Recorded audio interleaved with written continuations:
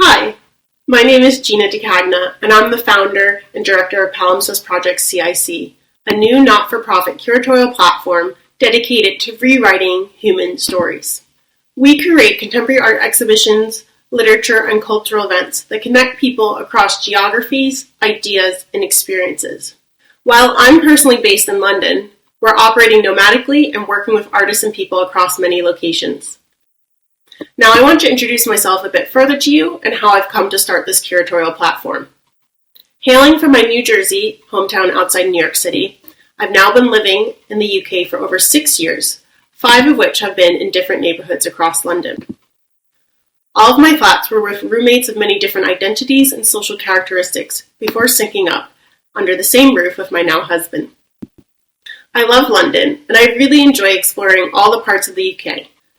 I thoroughly enjoy connecting with people from every pocket, learning about the localities of their accents and the histories of the places they identify with. It might come as unexpected to someone who first sees my Italian name, but I have a strong personal affinity with the UK and an enduring interest in tracing roots because of shared migration routes and shared histories. My family immigrated to America from Italy several generations ago, and I could not trace where I fall on the timeline of American history without tracing further back to England and the United Kingdom. Furthermore, a lot of Italian Americans of my American-born grandparents' generation intentionally erased their Italianness in order to assimilate to something that can only be described as being somewhat closer to Englishness, as they intentionally lost the language and exclusively spoke English. Although I studied plenty of British literature during my undergraduate degree in English at the University of Pennsylvania and a semester abroad at King's College London nearly 10 years ago, it didn't become as apparent to me how much of my own personal identity, and even my way of speaking in the English language, has been influenced by parts of this history of white erasure and then uncovering. Once I started becoming a Londoner over the past 6-ish years, I rapidly discovered that so many Londoners have this complex process of looking backward in global history to find out how much it's influenced the way they are, if at all, and maybe why they're located where they are. And depending on their families or ancestors' homeland, there are many, many layers of this complexity. I see this as a rich place to start a generative conversation, and there are also many social movements that we can analyze and advocate for when we look at the brutality of so much of this global history, from decolonization to intersectional feminism to the protection of LGBTQIA rights. There are many generative angles of questioning here, and criticality to explore, but that's not the point of this particular introduction, where I want you to get to know me more as the founder and director of this initiative. I'm a typical millennial woman who's jumped into a world of opportunities in contemporary art, literature, and cross-cultural exchange, before any other traditional career path with a linear progression. After working a bit in the museum world in Philadelphia and New York in the States during and after my rigorous bachelor's degree, I proceeded to commit to a transformative MFA degree at Goldsmiths, University of London. At Goldsmiths, I became immersed in a variety of conceptual topics, something the university and the MFA Fine Art program are world famous for. One of my main interest areas was around the way that time gets layered, and I don't mean sequentially. I mean what time really feels like, how memory affects our sense of it, and how the materiality of something marks growth or degrowth.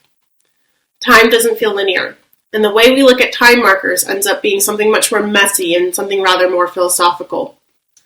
I was also keen to explore capitalistic notions of time, continual frameworks of productivity, and the narratives of ongoing progress which tend to coincide rather darkly with imperialistic conquest at the expenses of human rights of people who are different from a domineering group. I could take this in many directions, but combined with my love for the history and sociology of English literature, I started circling continuously back to the notion of palimpsest. Palimpsest refers to a manuscript that's been written on and then partially erased and then reprinted over. People use the word in more metaphoric ways as well, about anything where you can see traces of the past and more recent developments layered over. It's common in architecture across the world, it's common in post-colonial literature too. It hasn't been focused on, at least directly, in contemporary art by any group in the English-speaking world so far, to our knowledge right now. Contemporary art is a really exciting area to explore palimpsest within because it gives us the opportunity to unveil complex identities and the ideas of people with different lived experiences through their emotional expression in ways that we can see and feel. My hope through Palimpsest Projects is to begin a really important and critical conversation about conceptual and material notions of layering, mapping, erasing, and rewriting practices.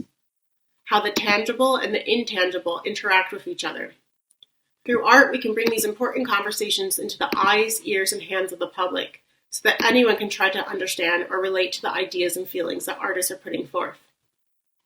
We cannot, however, do this without the ability to fully fund our artists that we want to work with, who represent these different social characteristics, identities, and geographies across England, the UK, or the world. We especially want to champion those who are coming from marginalized backgrounds and those who are really underrepresented in the arts due to inequitable access to resources and opportunities. We also want to make our work really global, to truly uncover shared histories. And we're going to start from England with our first season to look at England's economic hub or nucleus of sorts here in London, which then makes it ironically more expensive to work with artists coming from other places throughout the UK. And that's why we need your help. All our artists deserve the footfall and the eyes we can give them from London for our first season. And none of this is going to be possible unless we, A, pay our artists fully, adequately, and fairly for contributing their work and ideas to our exhibitions and programs, and B, do it in a way that really reckons with the unequal playing field that exists in the arts. This unequal playing field disadvantages artists, especially with social characteristics that are underrepresented or marginalized, due to the many social barriers and unequal systems in our society. I'm not asking you to individually solve any of those problems, but I do want your solidarity in at least acknowledging them so that you can help us as a new not-for-profit curatorial platform in upholding the best and most professional practices in the arts. When you contribute to our campaign for Palimpsest Projects, you're helping us build a platform that's sustainable. You're helping us sponsor the full, adequate, and fair payment that an artist deserves just as much as any worker in any other profession deserves. You're also committing to our need for including and showcasing artists who simply haven't gotten enough eyes on their work before because society has had different social barriers. Now, I know that's a lot to digest, but thanks for hearing me out. We need our artists because we need to share stories that are being rewritten, from voices that need to be heard and from stories that need to be seen and felt. And I want you to be a part of making that happen.